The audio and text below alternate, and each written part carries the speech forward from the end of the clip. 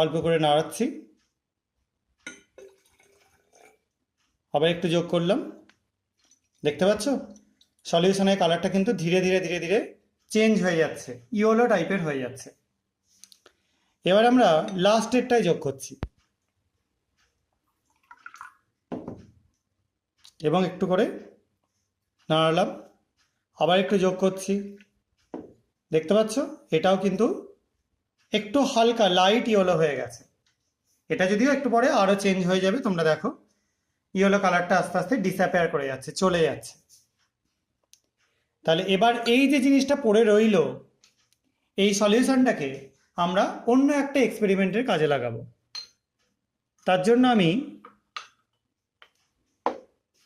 এখানে আর একটা বিকার নিয়ে নিচ্ছি, এই বিকারের মধ্যে যোগ করে দিচ্ছে এই সলিউশনটা।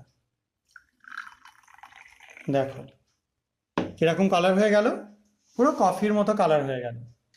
ঠিক আছে, এবং এটাকে আমরা একটু সাইডে সরিয়ে রেখে, পাশে রেখে আমরা এর মধ্যে যোগ করে দিচ্ছি আর একটা কালারলেস সলিউশন। যোগ করে দেখব কি ঘটছে।